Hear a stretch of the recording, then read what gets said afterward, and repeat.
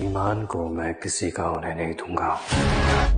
मैं जब भी आपको रोकता हूँ ना, सिर्फ रोकता हूँ, ऐसा तो नहीं होगा बिलाल। पता नहीं बचाता हूँ ईमान सलीम। मैं तो पर्सनल हो जाएगा। मैं ईमान का होने वाला शख्स। उससे मोहब्बत करता था, मोहब्बत अब भी करता हूँ। आती है ईमान के फोन पर दोबारा तुम्हारी आवाज सुनी। मोहब्बत है और मोहब्बत रहेगी हमेशा। डिप्टी कमिश्नर भाई को इस गंदगी से बचाने के लिए मुझे कीचड़ में धकेलना चाहता हूँ। अपनी साजिश को तुम हाथ से साबित करने के लिए मोहब्बत से दूर रखो बेहतर होगा, बहुत पछताओगे।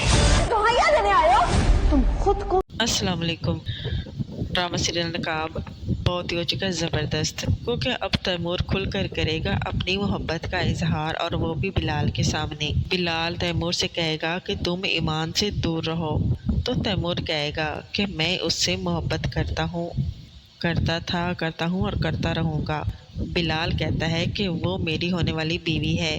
तैमूर कहता है कि ये तो अब पर्सनल हो गया, मैं तुम्हें किसी भी कीमत पर ईमान को हासिल नहीं करने दूंगा। और बिलाल देखता है कि फिर देखते हैं कि क्या होता है।